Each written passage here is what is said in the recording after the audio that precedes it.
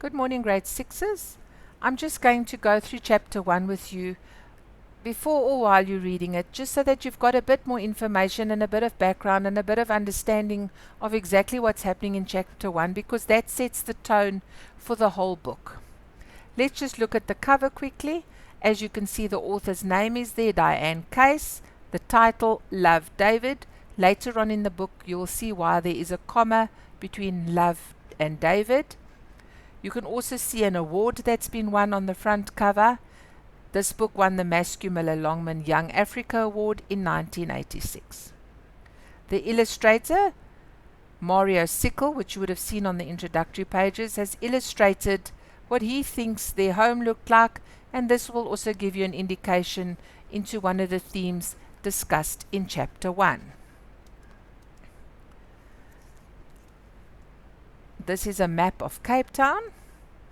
As you can see on this map, the setting of the novel is in Cape Town, specifically the Cape Flats. This area houses mostly people from the lower socioeconomic groups.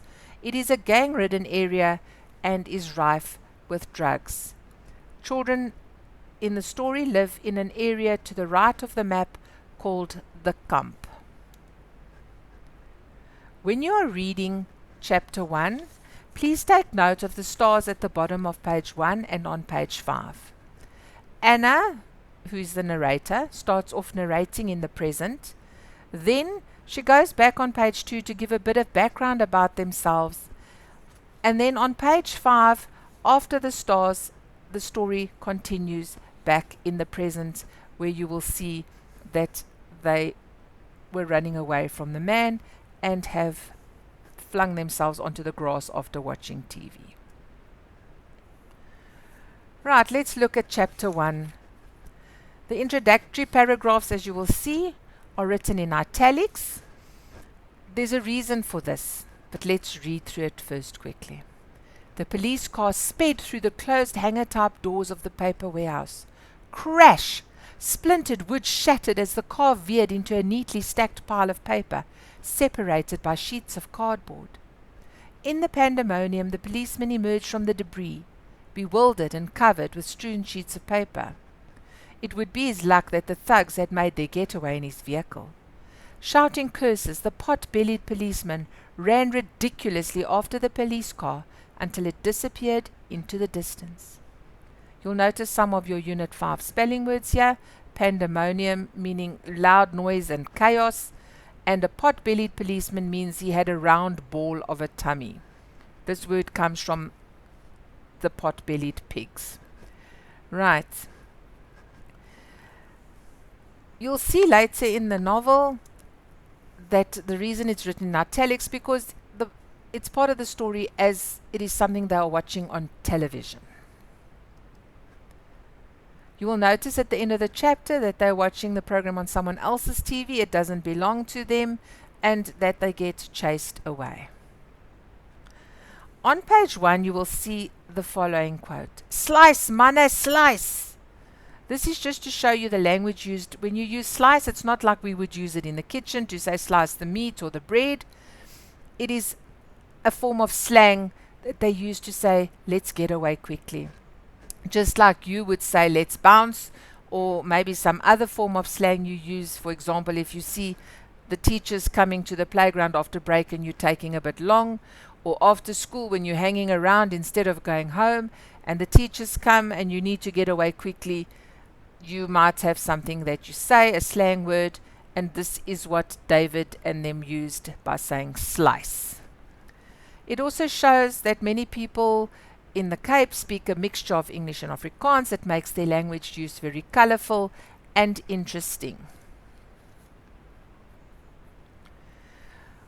When you read through chapter 1, please take note of two of the themes that are introduced to us. The first theme is poverty. Take note of when the children go barefoot. Take note of what is used as drums. Think of where they have to watch TV. Think of where they live.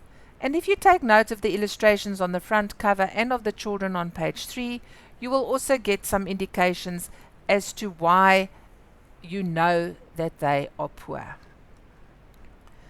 The second theme that is introduced to us in chapter 1 is relationships. You will see that there are some main relationships mentioned, the first one being the relationship between David and Dada, and Dada's feelings towards David, and this theme is carried on throughout the book. The second is David's relationship to Mumsy, who is his mum.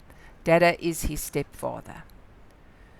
The third relationship you learn about is David's relationship with his good buddies, as well as the relationship with his sisters Anna and Baby.